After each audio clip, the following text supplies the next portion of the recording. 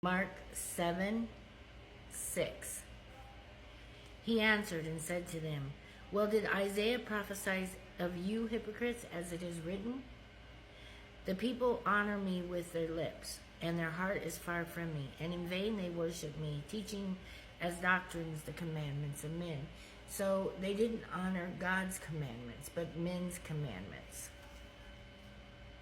For laying aside the commandment of God, you hold the tradition of men, the washing of pitchers and cups, and many other things you do. He said to them, all too well you reject the commandment of God, but you may keep your traditions. So they want to live in their traditions, keep up with their traditions, but they just ignore the commandments of God. He said to them, all too well you reject... Oh, I said that part.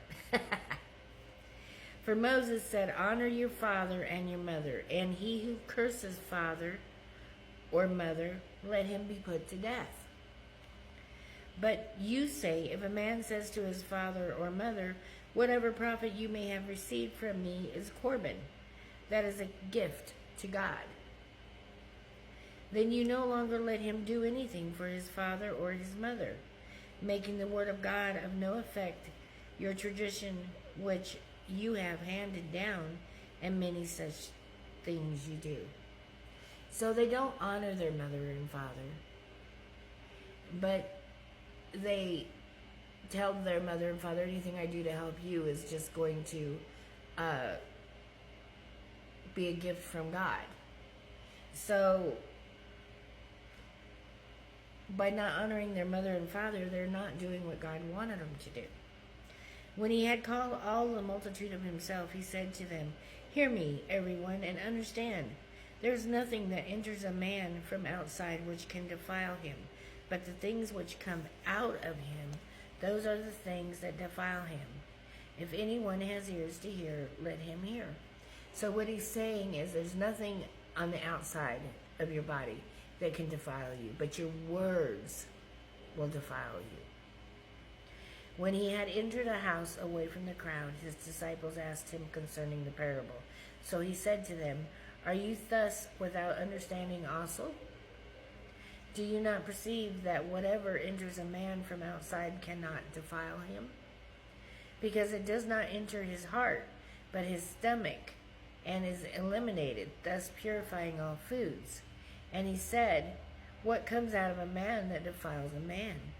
For from within, out of the heart of men proceed evil thoughts,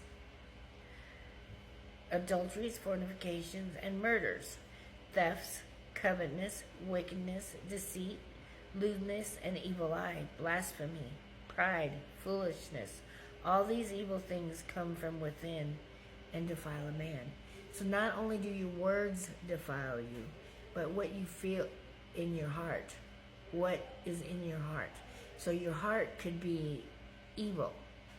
It could be filled with all of these things, evil thoughts of lewdness and theft and covetousness and wicked ways, all of these things that it just mentioned. And if that is in your heart, then you're defiled.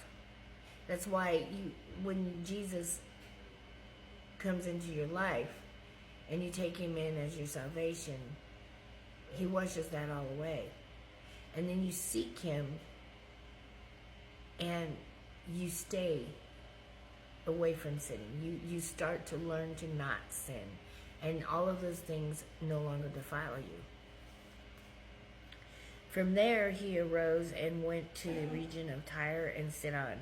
And he entered a house and wanted no one to know it. But he could not be hidden. For a woman whose young daughter had an unclean spirit heard about him, and she came and fell at his feet.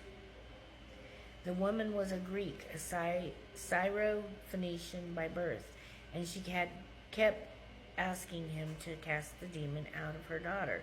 But Jesus said to her, let the children be filled first, for it is not good to take a children's bread and throw it to the little dogs.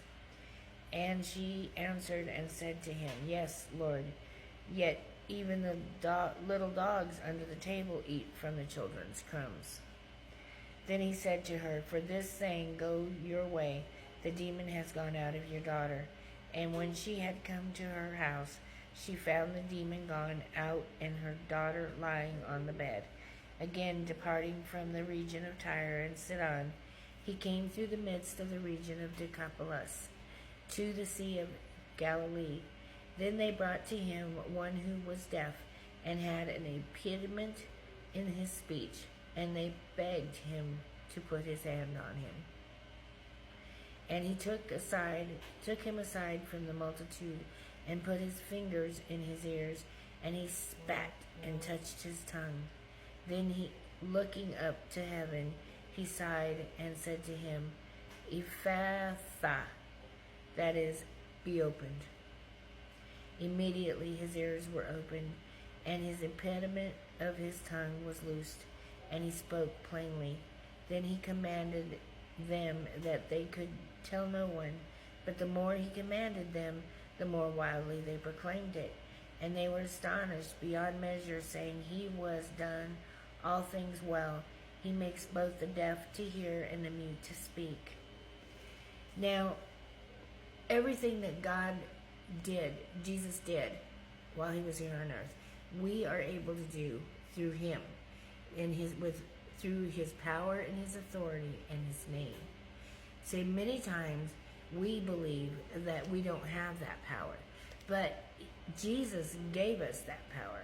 And if you have faith enough to believe that he gave you that power and you are able to do it, then you can do it too. So you can go and heal someone from a speech impediment, and you can cast out demons.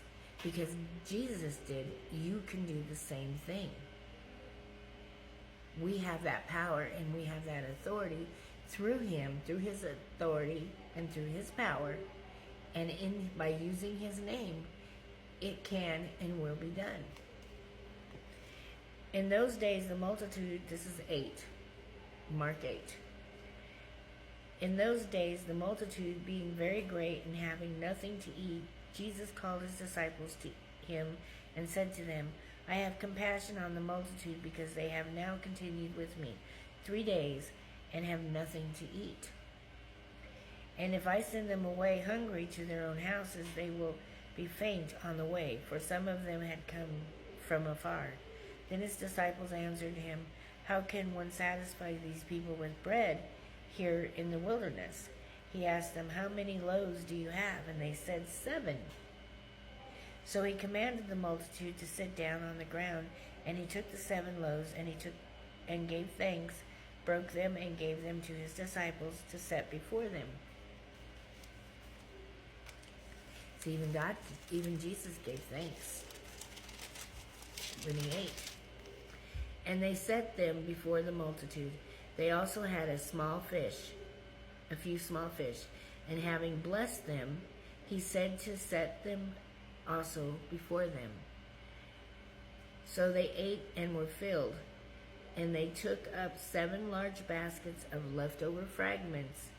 Now those who had eaten were about 4,000, and he sent them away. Immediately got the boat with his disciples and came to the region of Manatha.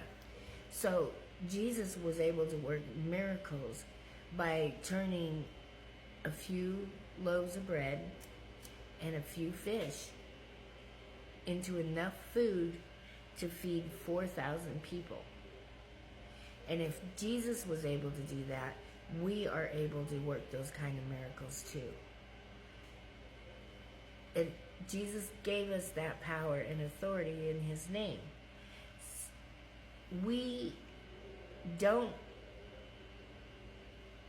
have the ability to do that if we don't have the faith to do it. If we believe that we can do it because he told us we could do it in his power, his authority, in his name, then if we believe it, it will happen. It will happen. And the reason why we are not able to work the miracles that he did is because we do not have enough faith.